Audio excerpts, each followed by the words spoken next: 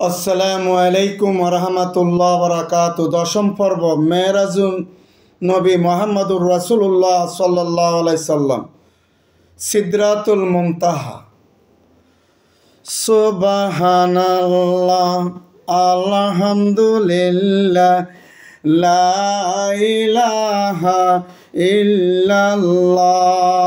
সুবহানাল্লাহ, আলহামদুলিল্লাহ, লা ইলাহা ইল্লাল্লাহ।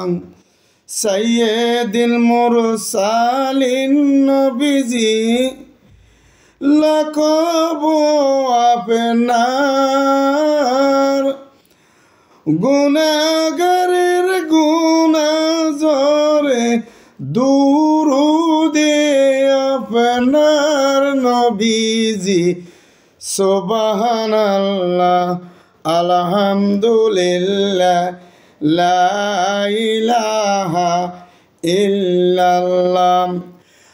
আল্লাহর হাবিব সাইয়্যিদুল মুরসালিন খাতামান নবীন সরদার দু আলম আহমদ মুস্তফা মোহাম্মদ মুস্তফা সাল্লাল্লাহু আলাইহি ওয়াসাল্লাম ফরমান যে তিনি বলেন যে হযরতে জিবরিল আলাইহিস সালাতু ওয়াস সালাম যখন আল্লাহর হাবিবকে বোরাকের মাধ্যমে সিদরাতুল মুনতাহা নিয়ে গেলেন, সেখানে বিশাল এক বৃক্ষ, বিশাল বড় বড় ডাল।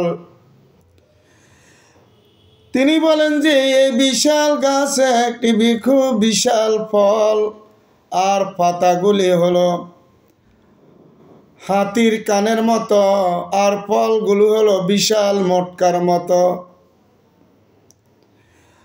আর ওইখানে যে 4টি পানির নহর প্রবাহিত হচ্ছে, 2টি নহর ভিতরের দিকে আর 2টি নহর বাইরের দিকে।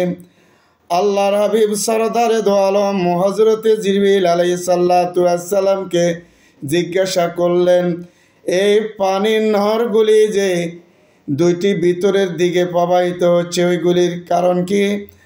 আর বাইরের দুইটি কথায় হযরতে জিবরিল আলাইহিস সালাতু ওয়াস সালাম বলেন যে 2টি নহর দেখছেন ভিতরের দিকে, এটি জান্নাতের দিকে প্রবাহিত হচ্ছে।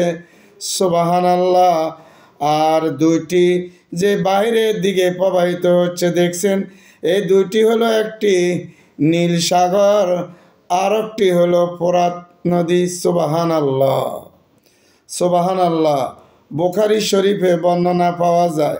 সুবহানাল্লাহ, আলহামদুলিল্লাহ, লা ইলাহা ইল্লাল্লাহ। সুবহানাল্লাহ, আলহামদুলিল্লাহ, লা ইলাহা ইল্লাল্লাহ। পরবর্তী পর্ব দেখার জন্যে, 11তম পর্ব দেখার জন্যে বিশেষভাবে অনুরোধ করা হলো। আসসালামু আলাইকুম রহমতুল্লাহ বরকাত।